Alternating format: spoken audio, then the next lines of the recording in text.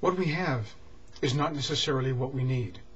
For if we had everything we needed in life, there'd be no purpose to reading, learning, studying, wanting, yearning towards greater spiritual growth than we already possess. Life is about not having, but it's a process of becoming.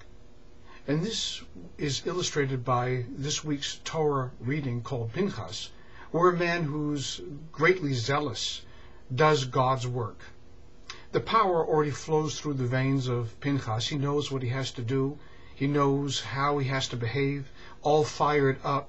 He stops a man and a woman from cohabiting in the corpus of Israel by basically skewering them.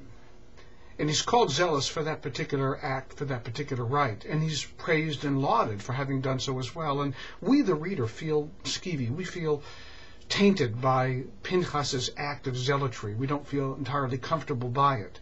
And yet he's lauded for having done so. So what are we to make of this episode? The episode itself does not reveal the ultimate meaning.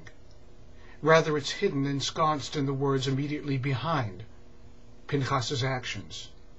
For what happens as a result of Pinchas's zealotry is that God awards him as a very special, holy gift.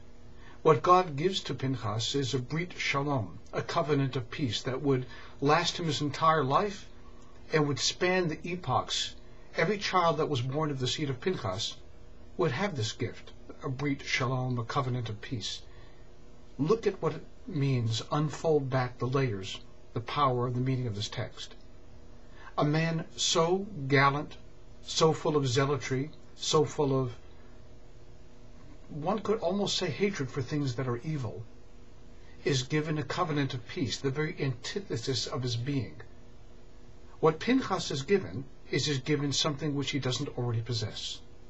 A sense of understanding, a sense of hope, a sense of belief in people. He already has enough zealotry to last him a lifetime. What is given now by God is the opposite of that. He's given understanding. He's given the breath of understanding, the breath of waiting. So perhaps what God realizes most of all is that sometimes even when we do things right and we're utterly convinced that we're correct in our actions, there's still more to being whole than just doing the right thing. In fact, sometimes doing the right thing may not be right in its own moment.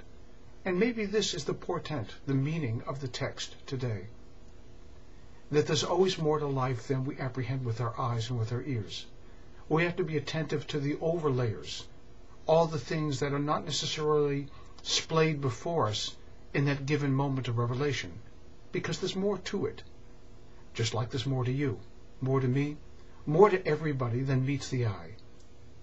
And the gifts that we need are the gifts that are yet to come to us down the road. What we need to pray for, work for, study for, and galvanize our inner self for is the more of life, the things that we have not yet achieved. For when we reach the end of the road, when we feel that we've learned everything that we need to learn from life, perhaps we're no longer alive. Perhaps we've died a spiritual death. Pinchas's gift then to us is to reach outward for the more. Shabbat Shalom.